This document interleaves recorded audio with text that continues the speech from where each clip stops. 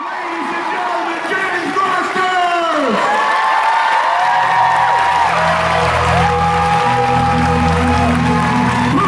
Do you have my backpack?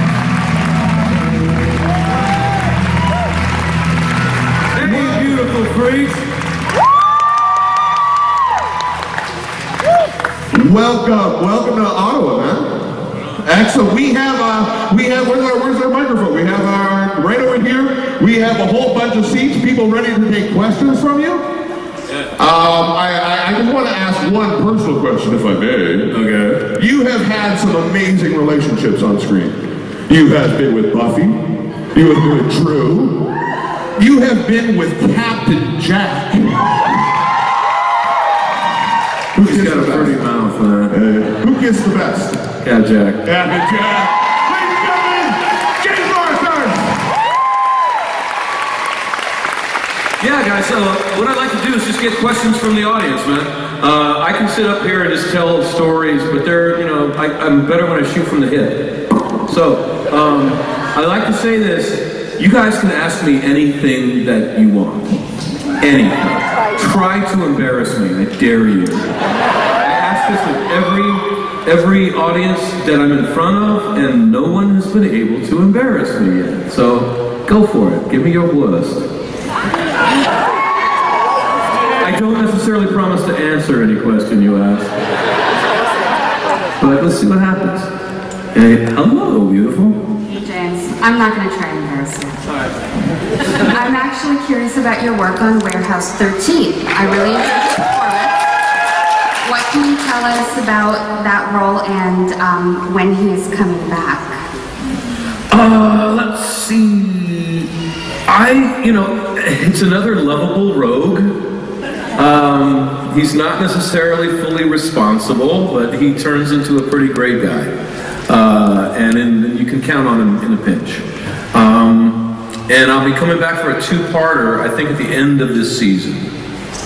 Or the beginning of next season. I'm not quite sure. They film so far in advance, I'm not quite sure when it's coming in, but I'm not dead yet. And the show creator, when I was filming the last scene, started screaming, "Spin-off!" Yeah, it's a great show. Jack Kenny is the creator of that show. And television shows where the producers are in charge, they're awesome. They run well, everything's smooth. When the actors get in charge, it gets crazy. So Jack knows this, and he keeps everybody under tight wraps, but he does it with humor. So he'll put you in your place, but with a really good joke. But yeah, I love it. Thank you. You're welcome. Hi, I'm Daryl. Hey, man. How's it going? Really good. Good. I got a special request from the ladies, so they'd like you to answer the question with your accent. No, I don't do that anymore. Good Lord. I've moved on with my life. You've got to pay me a lot more money. Yeah, sure. I guess. No.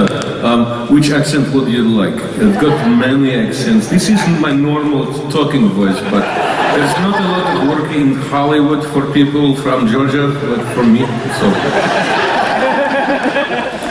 My question is this.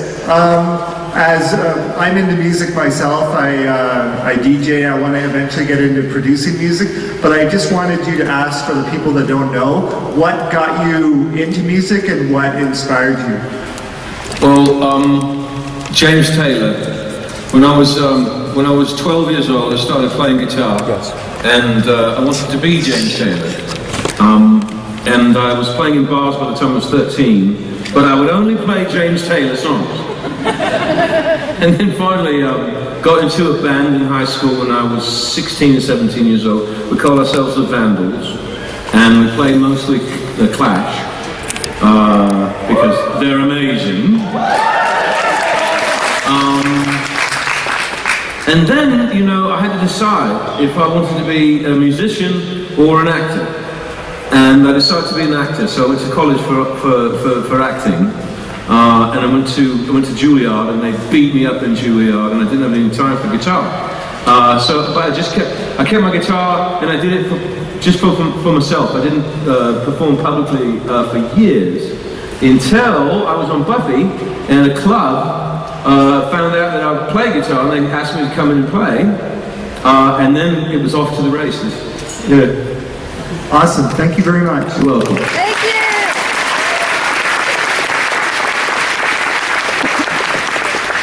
Dude, there's something on your head, man. It's like eating your hat.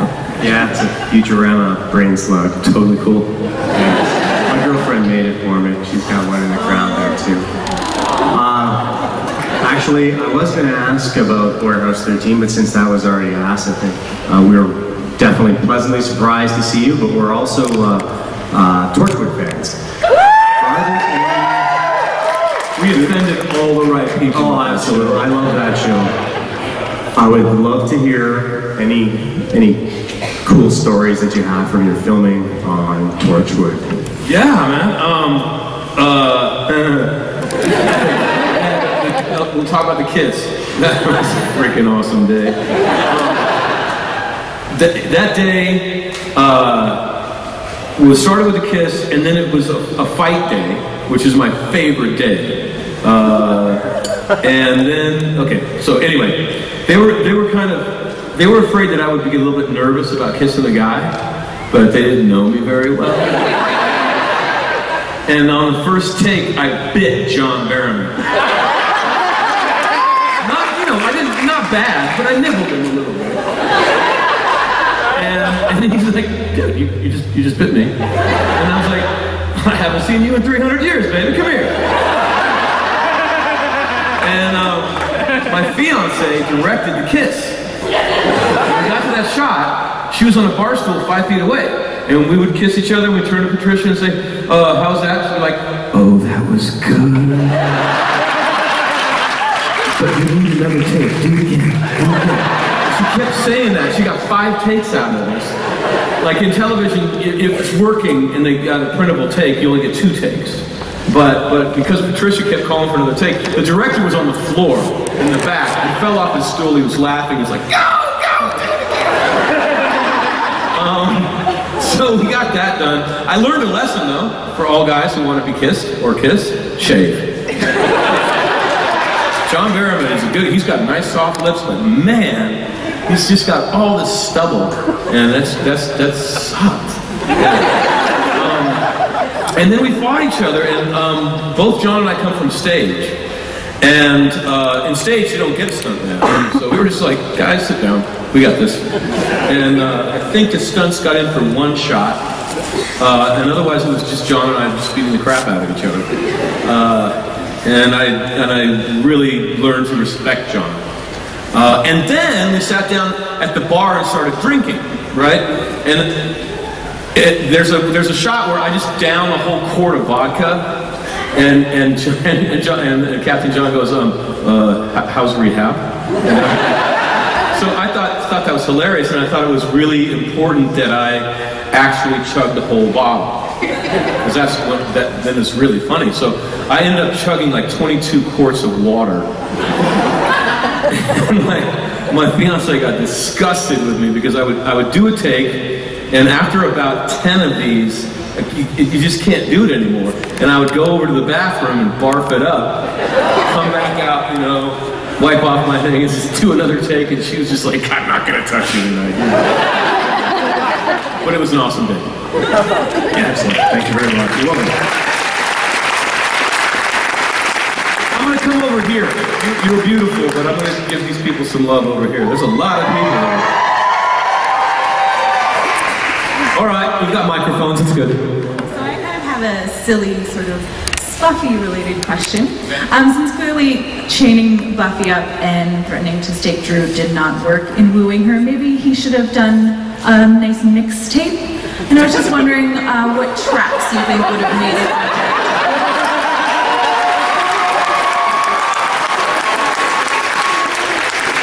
A mixtape for Buffy? Yeah.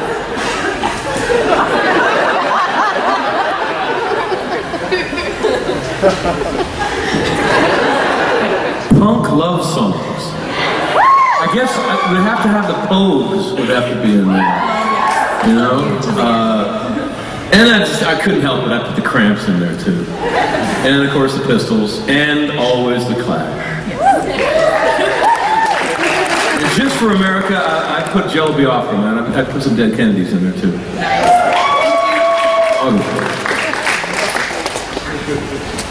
By the way, good story, sorry. Speaking of punk rock, I was a punk rocker when I was young, and when I was, I think I was 17 years old, and my friends and I, we went and saw The Clash at the Cow Palace in San Francisco, and the Dead Kennedys were warming up for them, and so we drank alcohol before we got there, and I snuck a bit of tequila in my boot, and you're really not supposed to do that, but I got it inside. But because I had been drinking, I got really sleepy waiting for the Clash, right? And I'm watching, and Jello Biafra's naked, and I'm seeing two Jello Biafras dancing around the stage, and I kind of fall asleep. And then I hear in my head, and now the Clash. And everyone went, wow! And I had taken a bunch of Vibrant, which is just like a lot of caffeine pills. They kicked in, and I started going crazy, and I decided that I was going to give my bottle of tequila to the band. And like and we were up in the balcony, and the whole downstairs is pogoing, which is like, it's kind of like a mosh pit now, but it was just basically bouncing, but in the middle was just chaos and violence, right? And the Cow Palace has a retractable floor, which was acting like a wooden trampoline. So it was just like, it was crazy. And so I fought and I decided to go right down the center. And I did.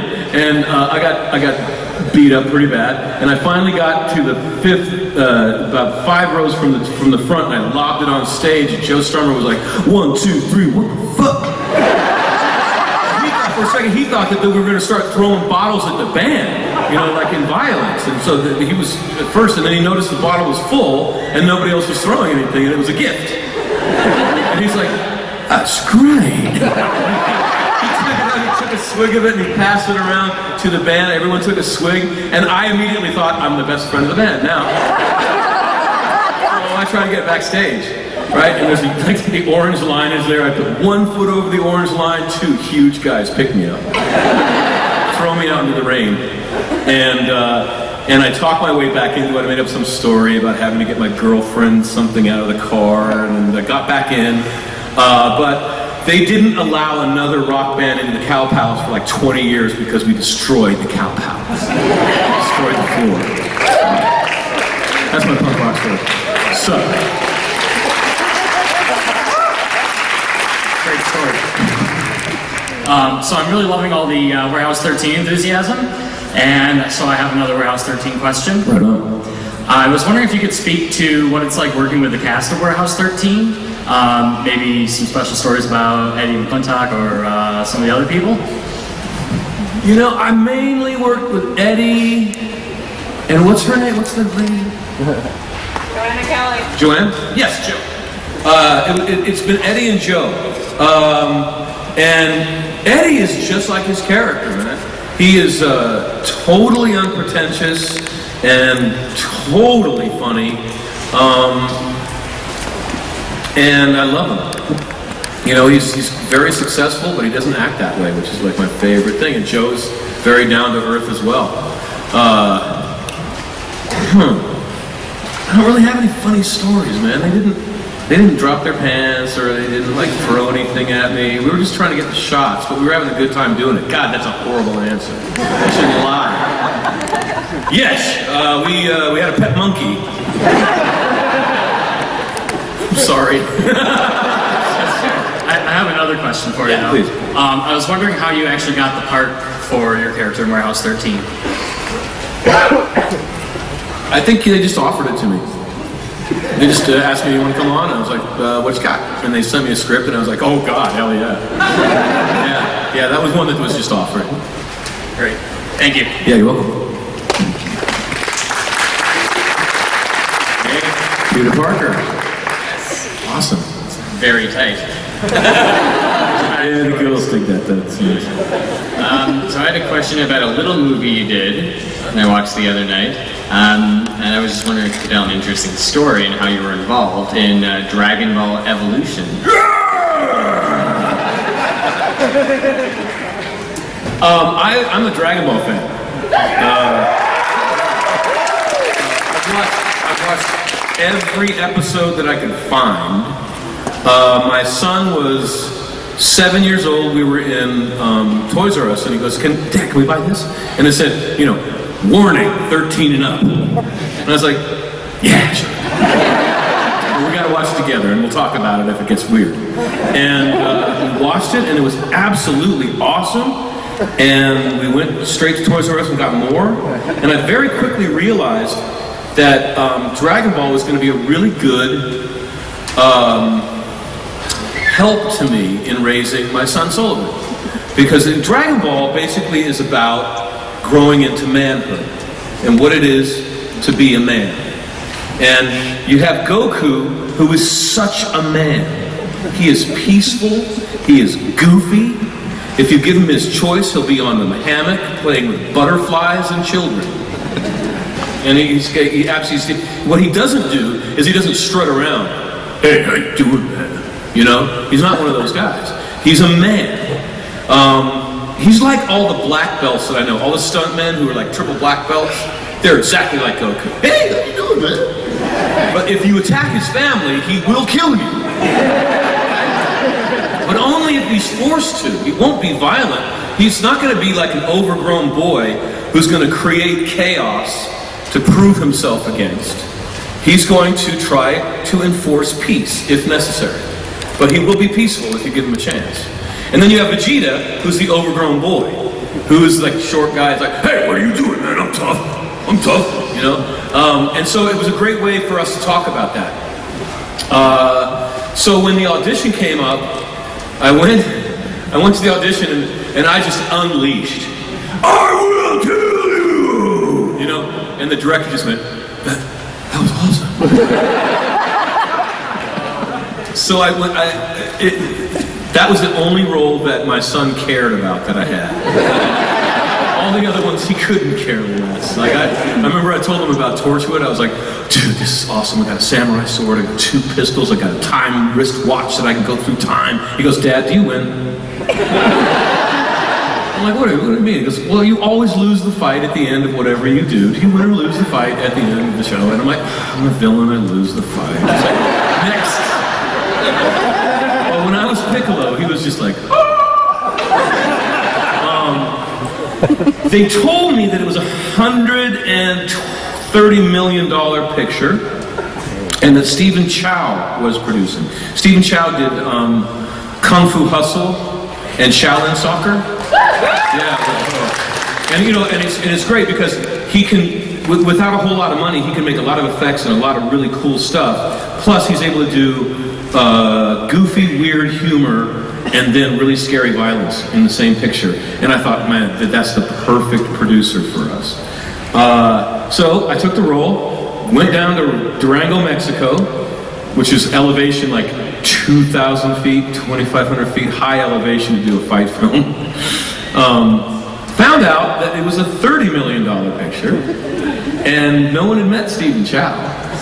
He was just on paper. They just paid him to put his name on the picture to get us all up to Durango, Mexico.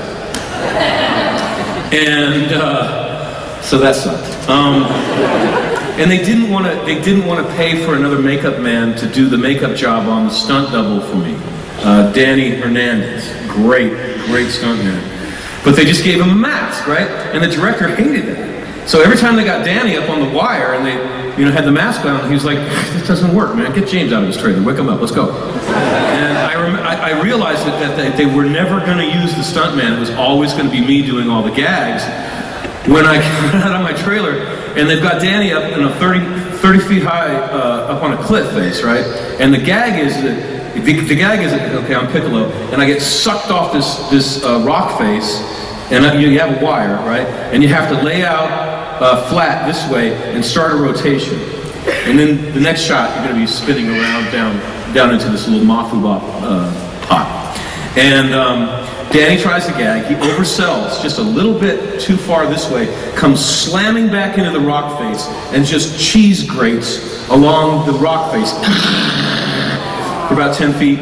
And he's a tough guy, but he's kind of twitching. And they lower him down. The director turns to me and goes, "Are you ready?"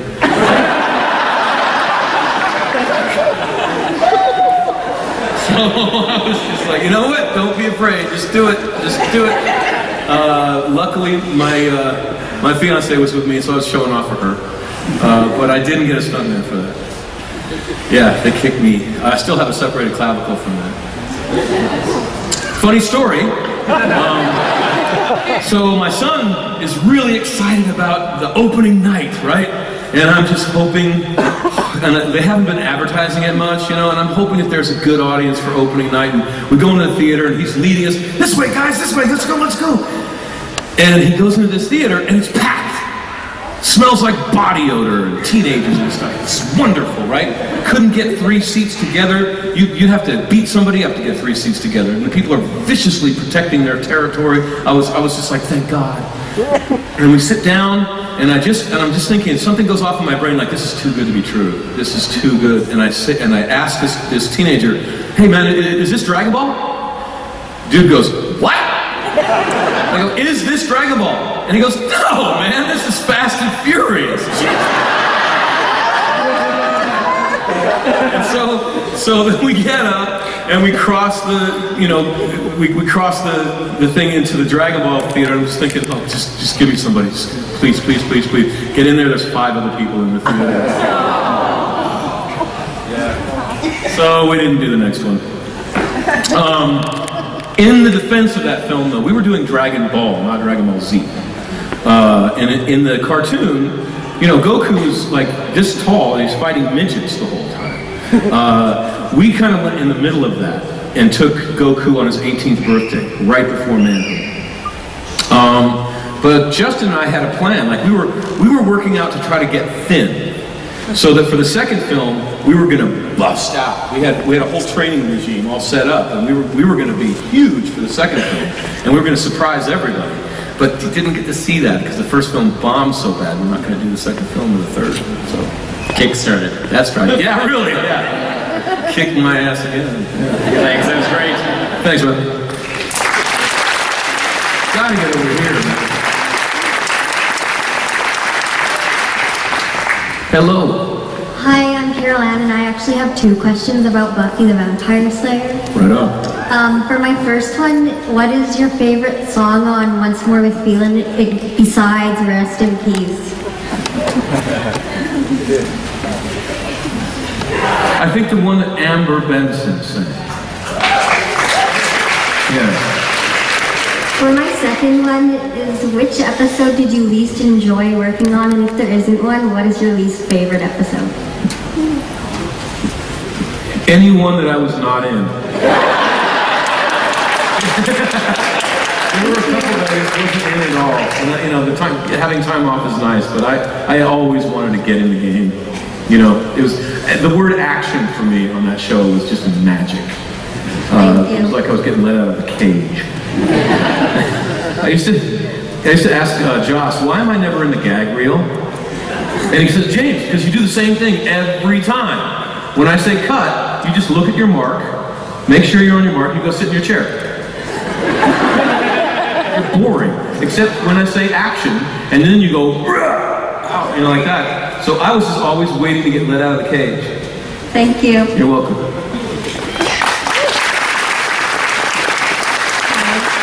Thank you for coming. My question is also Buffy related. I absolutely love Spike, and I think he had one of the best character arcs in television ever. What do you miss about playing Spike? What do you miss most about playing Spike, and what do you miss least about playing Spike?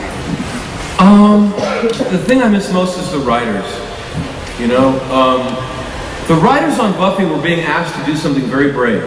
They were being asked to take their most humiliating day, where they really got humiliated, or when they hurt someone for no good reason, and put fangs and blood on the top of that and tell the world about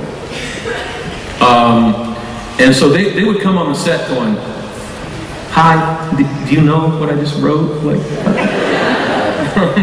and we got pretty good about guessing, like, oh, I know you really well now. So I miss that interaction a lot. The only thing I don't miss is the blonde hair.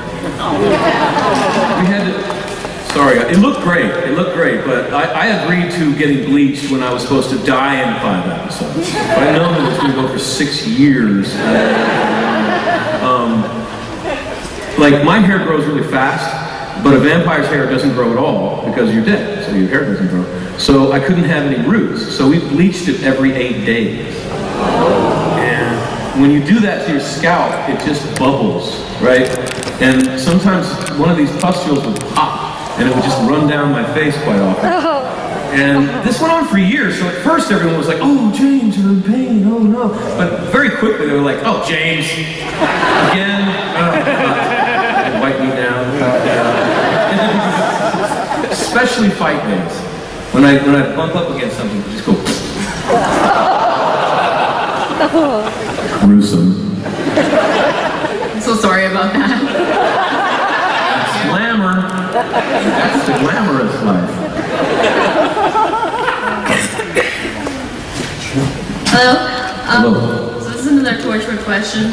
The guy who took my question-ish. But, so I want to know what it was like working with John Barrowman, if he, like, tried to make you crack up at any points, if he played any pranks, because, like, he seems like the person to do that, and he's such a lively character. Yes, but it's so naughty, I can't even tell.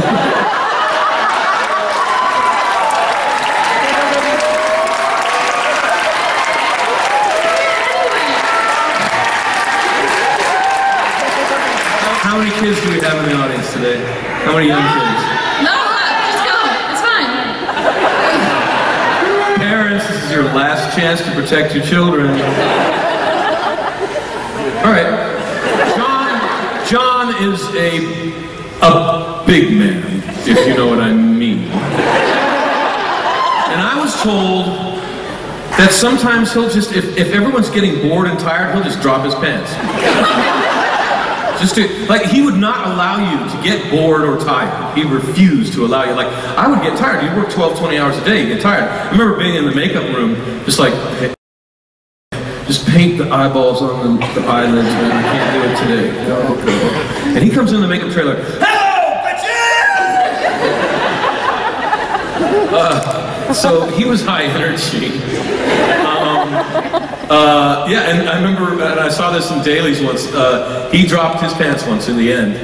And I didn't realize it. I was like getting ready to get my lines, and I come on my mark, and boom, and I just go, woof!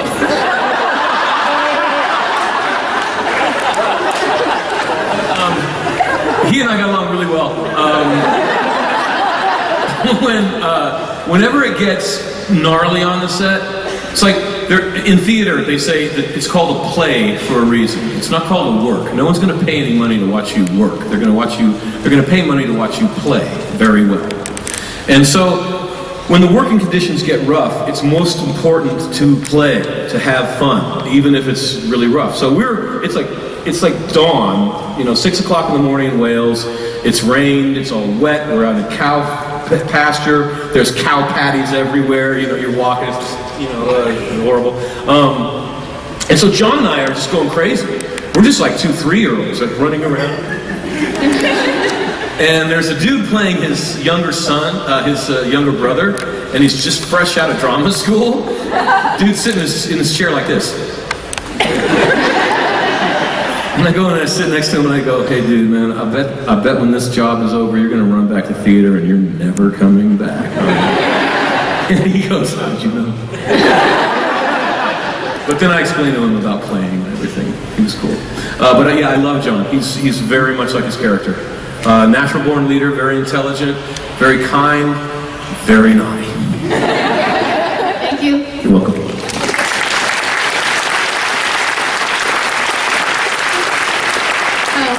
Hey, hello again. Yeah, I'm everywhere today. I'm just wondering, because you've shared funny stories about pretty much every show you've worked on, do you have any funny, kind of cool stories about the Buffy cast or the Buffy set?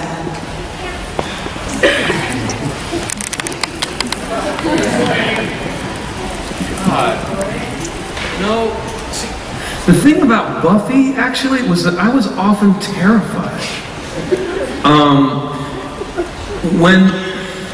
when you do a television show, once you do the pilot, you pretty much know what you're going to be doing each week. It's very similar every week.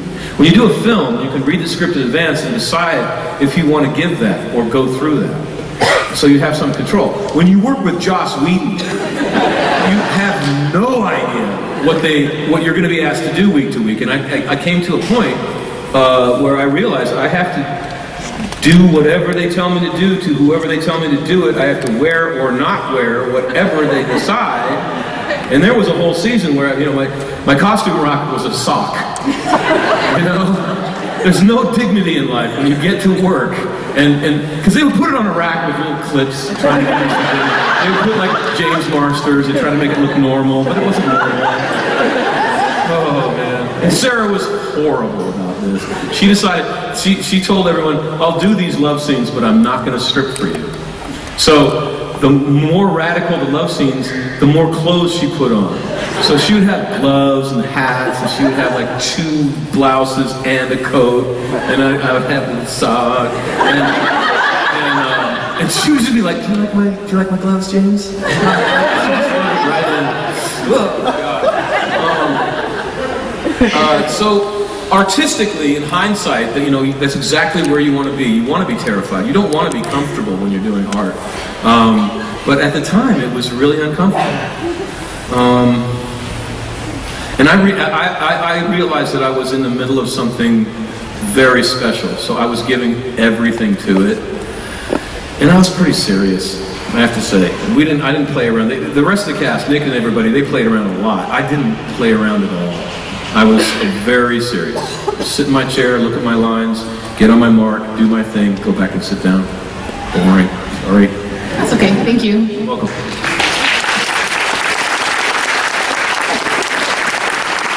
Awesome band. Black Keys. They're coming to Blues Fest this year. Yeah. I already have my ticket. My question is actually pretty similar to hers. I asked Nicholas Brandon yesterday if they did any pranks offset for Buffy. So I was wondering for Angel if you guys did any pranks offset. He said no for Buffy because it was busy all the time.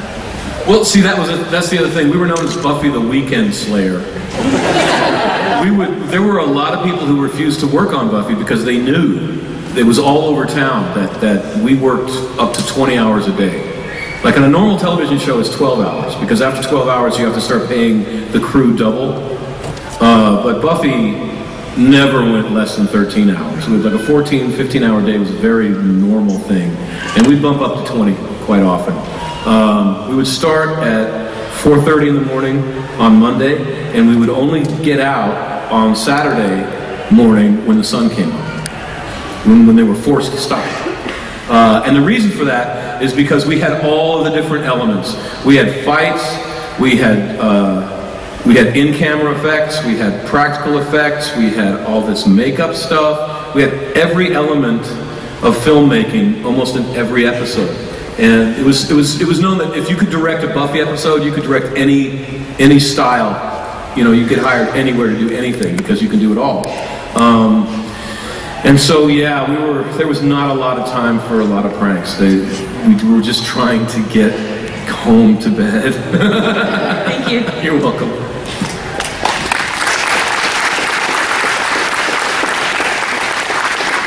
Hi. Hello. I just wanted to know, I have 2 questions, a short one and a long one. The short one is, do you have any pets? I do. I've got 2 cats. Yeah. Rather, the women have 2 cats, but I feed them. What's her name? Yes, Olive. Olive is a mouser. She's dark gray. She's quite the lady. She's very graceful and everything. And then we have Monkey, who's just a freak. Just like, can barely walk, really, and loves to be petted. But yeah, I feed him, and it's nice. Yeah, it's good to have pets. Okay. And you do obviously a lot of fights, and you say that you do your own stunts most of the time. So any serious accidents that happen, or anything done on purpose, maybe? Well, you know, the part of being a good stunt performer is that you don't get hurt. Like, if you get hurt, it's your fault. And people they don't go, oh, you're hurt. They go, damn it, you blew the stunt, man, God. So in general, you try not to get hurt. I did a couple of stupid things, though. When Spike fell asleep, in season 4, he falls asleep, he's drunk, he falls asleep outside, he's woken up only because he's catching on fire, and his hand's on fire. So I wanted that stunt. And I talked him into letting me do it. And I decided that it would be funnier if I let the thing go a lot longer than they told me. They said 4 seconds, then wake up and go put it out. And I said, in my brain, I said, I'm gonna let it go for 8. Because it's just funny to see a guy just sleeping and it's just burning, burning, burning, burning. And this is before you could do this with computers, so the audience would know this was actual fire. Not realizing that they're going to cut it out anyway. They have a story to tell. They don't have 8 seconds just to sit there and do nothing. And I burned the heck out of my hand. But I didn't tell anybody that I blew the stunt. I got off the set and I got to a doctor on my own, and I didn't tell anybody that I did that. And then I went to do a movie in Missouri, and I was playing a carpenter. The director had wanted to do a bunch of close-ups on my hands, and he was like, "What did you do?" It was like, it looked horrible. I had like 18 quarter-sized blisters on my hand, you know. Ugh, gross. And then the other mistake that I made once is I kicked the stuntman right in the balls. Never let me forget it. Whenever I do any gags with him, to this day, he's like, "You're the one that got me in the balls." But it was raining. It was cats and dogs raining so hard, and we were on this fake grass, but it was a really thin fake grass, so it was moving around a lot, and I slipped, and I was like, it was supposed to be in the balls, but when you do it in the balls, you kick them there, and I just went a little high, and I just tagged him, and I could see his eyes. It's the only time I yelled cut before the director did. I cut. I was like, dude, I'm so sorry. I'm so sorry. God, yeah. So those are the 2 mistakes.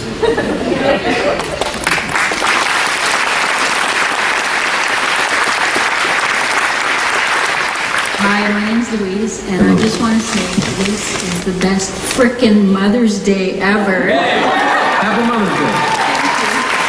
I can't believe I'm here talking to you. In our house, you are known as the genre whore. You are in every damn show that we love. So thank you again for that. My questions are, number 1, if they were to do a biopic on Billy Idol, would you agree to do it? Yeah. He rocks. I had to be really careful, by the way, when I was doing Spike. I could never go. It was in your contract? No, but it was in my head, yeah. And I just want to say, too, I used to be a reporter, and I was dealing with some crooked politicians for a while. I was going through a rough time, and you, as your character, Spike, helped me through that time. In the second last show, when you tell Buffy she's the real deal and a hell of a woman, I bawl every time I watch it. So thank you for being such a great actor. Thank you. Right on. I'm feeling pretty good about myself right now. Now, my next question is not whether you would like to work with Joss Whedon again, because I'm sure the answer is a resounding hell yes. But if he were to do a second Shakespearean production on film, which would you like him to see produce, and who would you like to play? I'd like him to do Othello, and I would love to do Iago. Thank you so much. You're welcome. Happy Mother's Day. I'm coming back, guys. You gotta get a mic over here so you guys get a chance here. Hey, James. Hello! Hello. So, she stole a little bit of my thunder with my question, but I'll ask it anyways. Dream role for you. Doesn't matter, past, present, or future, no limitations. What would it be? Piccolo. I was King Piccolo, and I was so ready to be Piccolo. I had it all down. Yeah, I love to do Piccolo. Yeah. Sweet. Hi. Hello. Good to see you again. Got two questions. Oh, very small. Yeah, you too. Hi. I'm wondering, what was your favorite thing about playing Spike? Other than the coat. My favorite thing was, I just didn't care about the cast. I was in love with Buffy, died for her. Consequently, she had a little sister, so I'll protect her, but you know, I remember this one time Xander's like bleeding, and the whole cast is over, you know, caring about Xander, and I'm across the room. No, I'm not gonna do that. I'm across the room, and I was like, director comes up to me and goes, you know, Xander's hurt, man, you're a cast regular, you gotta go over here and care, man. I'm like, no, don't care. You can never die, what, but don't care. Just, you know, the apathy was just the different shades of apathy that I love to play all of that. Good times. Also, what's your favorite episode, either to have worked on or watch, and why? The musical.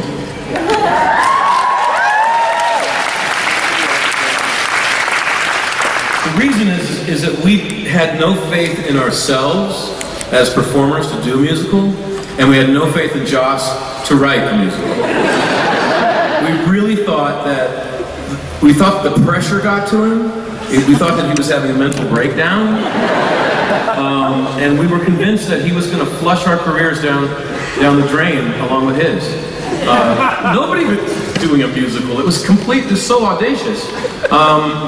And the reason that it's my favorite episode is because, you know, the cast in general, Tony Head and I were a little more relaxed about it because we were already performing, you know, we were singing in front of audiences already on our own. The rest of the cast went to Joss and said, look, I'm not a musical actor. You didn't hire me to do music. You hired me to be a comedic or a dramatic actor. Why don't you just make me juggle chainsaws, man? I'd rather do that. But my career will be over if you make me do something I'm not good at in front of 14 million people in front of the world. And he was like, no, we're doing this. We're doing this. And at some point, the cast stopped trying to get out of it, stopped whining about it, and just got to work. And suddenly there was all these vocal coaches and dance coaches and all these coaches coming in. Sarah had two vocal coaches that she hired herself to prepare for it. And in the face of certain doom, we decided to try our hardest. And I remember the day that Joss, the first scene that he cut was the Xander dance, and he cut that and gave us a rough cut. He wheeled a little television onto the sound stage and showed us that scene, and we realized, oh my God, this is going to be awesome. And we went from the depths of despair to just having so much fun. But I was never more proud of us as a company because we really thought we were going to fail, but we were trying our best. And I always say that the best thing in theater or in making a movie is when you're about to jump off the cliff. And you better start flapping, man, because there's two things: you're going to either fly or you're going to splat. So you better start flapping as hard as you can. And Joss basically just forced us all at gunpoint off that cliff. You're welcome.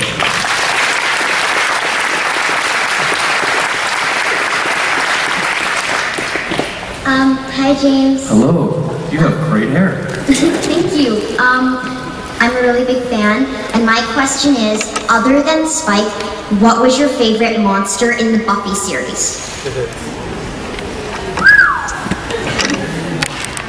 Oh man, there's so many. Maybe Clem. He was awesome. The chicks really dug him. There was always one of the actresses sitting on, it was James who played it, sitting on James's lap, playing with one of his ears or something, because they were very soft.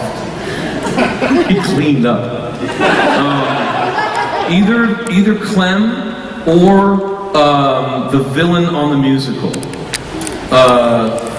Yeah, what was that actor's name? Yeah, sweet. What was the actor's name? Damn it. Battle. Something Battle. His last name was Battle. And he was a Broadway performer. What? Hinton? Hinton Battle, yeah. He was a Tony Award-winning Broadway performer. And Joss hired one actual musical actor to kind of bring it on home at the end, you know? And he just rocked that. He just, like, schooled everybody about how you do this stuff. And he was just awesome. So those two. Thank you so much for coming to Ottawa. Yeah, that was a good time.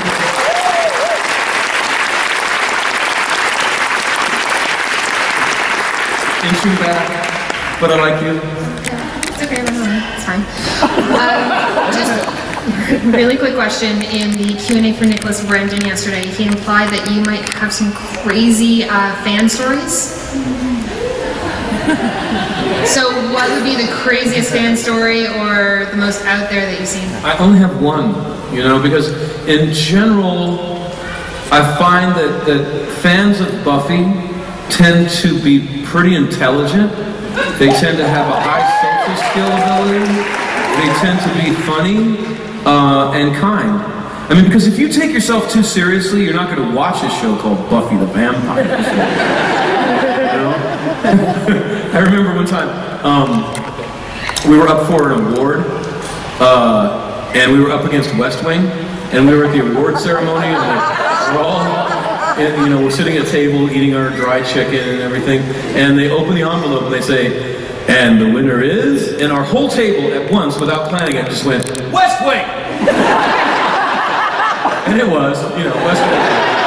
And afterward, Joss was a little bit like, and I was like, Joss, man, relax. If you wanted awards, you wouldn't have named it Buffy the Vampire Slayer. This is not a show, you know? So in general, I just have a good time with fans.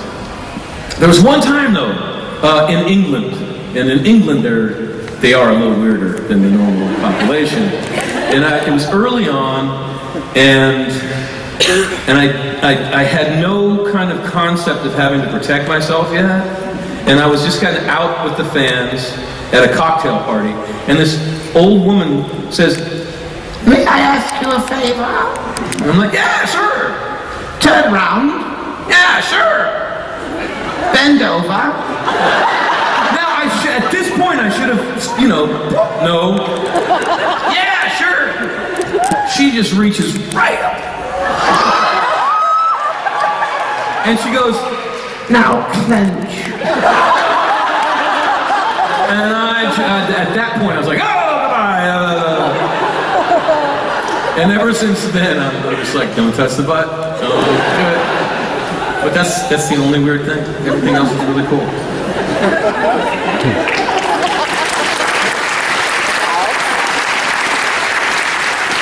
We want to thank you, James, for coming out, man.